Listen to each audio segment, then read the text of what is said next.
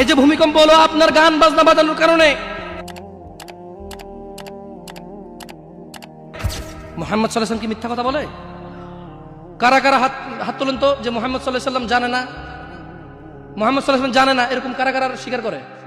আল্লাহ নবী বলেছে, যখন বাদ্যযন্ত্র বেড়ে যাবে, গায়িকারা সম্মুখে এসে নাচবে, তুমি অপেক্ষা করো, পাহাড়গুলো কেঁপে উঠবে, পৃথিবীটা নড়ে উঠবে।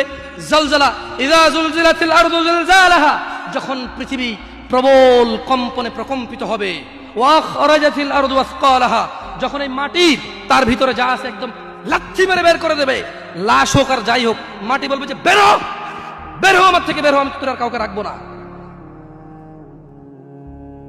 وقال الانسان, মানুষ বলবে মালাহা মালাহা, পৃথিবীটা কি হলো, এই মাটির কি হলো, কেন সে কবরগুলো লাশগুলো বের করে দিচ্ছে, কেন সে স্বর্ণ মতি হীরা মানিক্য বের করে দিচ্ছে, মালাহা, এর কি হলো, কেন পাহাড় নড়ে উঠছে, কেন পাহাড় ভেঙে চূর্ণ বিচূর্ণ হয়ে যাচ্ছে।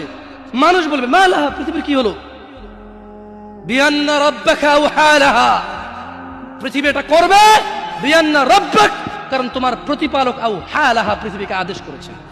আপনি গান শোনেন, আমি শুনি না, আপনি গান বাজান, আমি বাজাই না। যখন চিটাগং নড়ে উঠলো ভূমিকম্পে, আপনার বাড়ির সাথে আমার বাড়িটাও নড়ছে। বন্ধ করেন এই জুলুম আমাদের উপর, আল্লাহর দিকে তাকিয়ে বন্ধ করেন, আল্লাহর দিকে তাকিয়ে বন্ধ করেন। আপনার বাড়িটা যদি ভেঙে ফেলার ইচ্ছা হয়, বুলডোজার এনে ভেঙে ফেলেন, কেউ ধরবে? কেউ জিজ্ঞেস করবে আপনাকে? আপনি গান বাজনা শুনে ভাবে পৃথিবীতে বিপর্যয় নিয়ে আসতেছেন।